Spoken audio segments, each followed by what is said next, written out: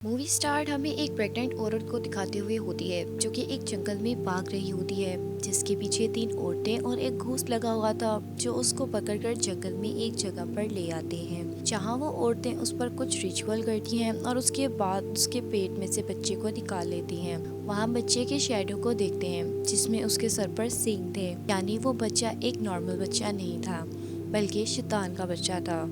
Scene shift होता है जहां हमें लियो और रॉबिन को दिखाया जाता है। रॉबिन के ग्रैंडपा के घर आए हैं जो कि जंगल में था। वहां पहुंचकर लियो को पता चलता है कि रॉबिन के ग्रैंडपा एक शिकारी थे। उन्होंने बहुत से जानवरों के सर काट कर प्रिजर्व करके अपने घर पर रखे हुए थे, जिसे देखकर लियो इम्प्रेस होता है। वहां उसे रॉबिन की बनाई हुई बचपन की ड्राइंग भी मिलती है जहाँ रॉबिन एक शैतान के साथ खड़ी थी, जिस पर वो उससे पूछता है तो रॉबिन वहाँ से उठकर चली जाती है।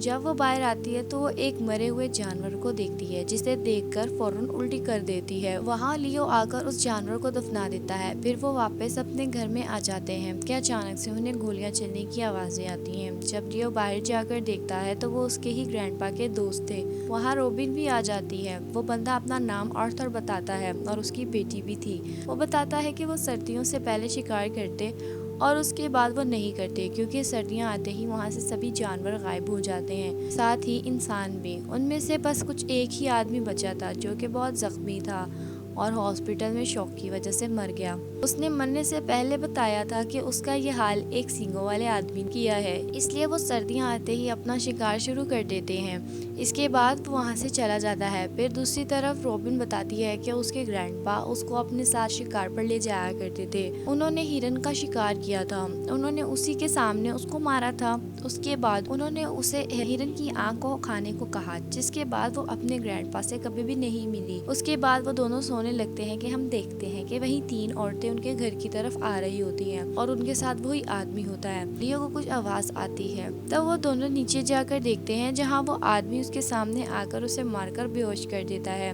जिसके बाद वो औरत रॉबिन को एक ड्रिंक देती है, जिसके बाद वो बेहोश हो गई थी। उसके बाद जब उसकी आंख खुलती है तो वो खुद को और लियो को एक दरख्त के साथ बंधा देखती है और वहीं आर्थर उसकी बेटी भी थी। वहाँ पर कैटिया और तबीता नाम की लड़कियां भी होती हैं, जिन्हें नहीं पता होता वो कहाँ पर हैं। बस उन्हें ये याद होता है कि उनको वही तीन औरतों ने ड्रिंक पिलाई थी। उसके बाद वो तीनों औरतें उसी आदमी के साथ आती हैं, जहाँ वो एक और बंदे को लेकर आते हैं। जिसके बाद वो रिचुअल करती हैं और उस आदमी को मार डालती हैं। फिर आर्थर उसके रिचुअल को ट्रांसलेट करता है, जिससे पता चलता है कि वो सभी को सैक्रिफाइस करने वाली हैं और वो ये सब उसी डीमन के लिए कर रही थी। रॉबिन उनसे पूछती है कि वो तीनों कौन हैं, जिसके पूछने पर वो वाइट हेयर वाली औरत कहती है कि वो तीनों बहनें हैं, जिनका नाम हैपिका, लिटारा और फेल है। वो तीनों एनिमल्स और जंगल की प्रोटेक्टर्स हैं और वो उस डीमन की पूजा करती हैं। फिर सबसे बड़ी बहन हैपिका बताती है कि डीमन ने ही इंसानों को शिकार करना सिखाया था और जब डीमन ने पहला शिकार किया था तो उसी के खून से ये दरख्त बड़े थे। वो ये भी बताती है कि डीमन एक प्रे यानी शिकार को छोड़ देता है। फिर आर्थर बताता है कि वो बंदा जो जंगल में जख्मी था वो रॉबिन के ग्रैंडपा ही थे। फिर हैपिका बताती है कि अब डीमन वहाँ सभी का शिकार करेगा, क्योंकि हजारों सालों से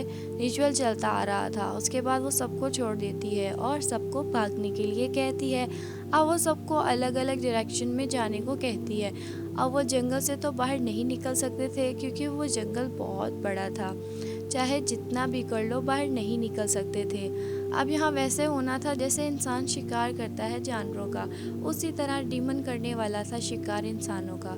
अब सभी अलग अलग हो जाते हैं। वहाँ आर्थर अपनी बेटी को ढूंढने लगता है और लियो रॉबिन को, और वो दोनों ही एक दूसरे के साथ होती हैं और लियो और आर्थर भी एक साथ होते हैं। आर्थर लियो को बताता है कि वो जंगल से बाहर नहीं निकल सकते, क्योंकि पास वाला गांव भी 3 दिन की दूरी पर था और वो डीमन रात तक ही सबको मार देगा और वो रुकेगा नहीं जब तक वो आखिरी किल ना कर दे। तभी हम उन दोनों लड़कियों को देखते हैं जहाँ पर डीमन आकर उनमें से एक लड़की को उठाकर वहाँ से ले जाता है और दूसरी लड़की डर जाती है।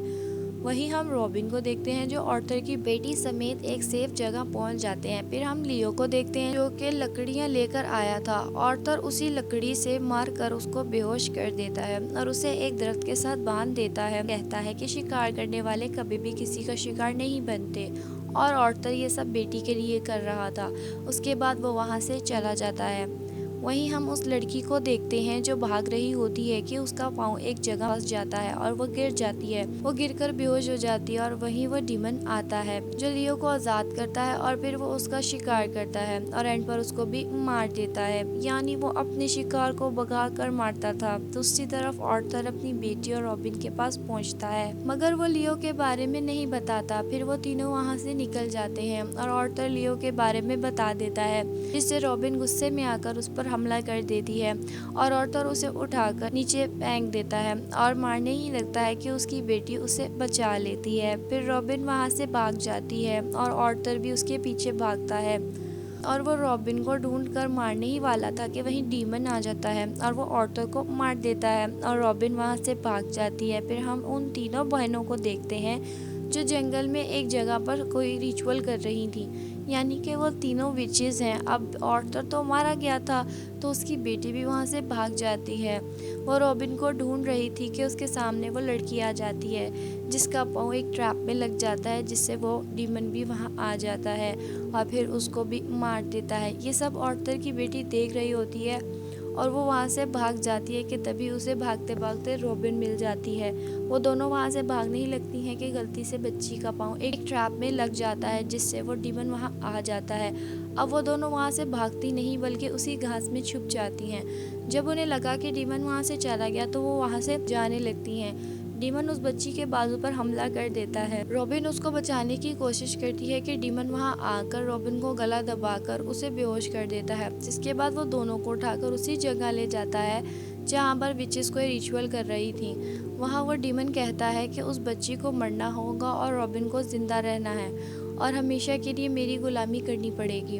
और इस चीज़ का वादा रॉबिन के ग्रैंडपा उससे करके गए थे, क्योंकि वो भी उस डीमन को पूछते थे और वो वादा करते हैं कि उनकी फैमिली में पैदा होने वाली पहली बेटी को वो डीमन को दे देंगे। मगर रॉबिन की जान बचाकर उसके डैड वहाँ से ले गए। अब चूंकि वो वापस आ चुकी थी तो उसे डीमन की विचेस में से एक विच बनना था। उसके कहते ही वो अपनी पुरानी विच को जान से मार देता है और ये देखकर वो आदमी जो उन विचेस के साथ था वो डीमन पर हमला कर देता है। उनमें फिर लड़ाई शुरू हो जाती है। वहीं आर्थर की बेटी वहां से भागने ही लगती है कि वहां खड़ी एक विच उसे पकड़ लेती है और दूसरी विच रॉबिन के पेट में स्टैप करती है। इससे पहले वो विच उसको मारती आर्थर की बेटी उसके कपड़ों में आग लगा देती है। वही वो दूसरी विच पकड़ने ही लगती है कि आर्थर की बेटी डीमन का वेपन उठाकर उस विच को मार देती है। वहीं डीमन वहां आ जाता है जो कि आर्थर की बेटी से कहता है कि उसे मरना होगा। रॉबिन आर्थर की बेटी को वहां से भागने को कहती है और अपना गला उसी के हथियार से काट लेती है। उसको मरता देख डीमन रोने लगता है क्योंकि उसकी सभी विचेस मारी गई थी और अब उसके पास कोई भी नहीं बचा था, ना पूजा करने वाला ना ही काम करने वाला, और वो बस आर्थर की बेटी को भागता हुआ देखता रहता है। जिसके बाद हम आर्थर की बेटी को देखते हैं जिसको कुछ शिकारी बचा लेते हैं और वहीं सीन कट होता है जहां हमें पता चलता है कि मूवी की स्टार्ट में जो औरत थी उसी से उन तीनों विचेस ने उस डीमन को पैदा किया था। अब वो भी मारी गई तो डीमन की कहानी ख़त्म हो जाती है और इसी के साथ ये मूवी यहीं एंड हो जाती है। अगर आपको मेरी एक्सप्लेनेशन पसंद आई हो तो प्लीज़ मेरे चैनल को सब्सक्राइब कर दें और लाइक शेयर कमेंट करना बिल्कुल मत भूलिएगा। शुक्रिया।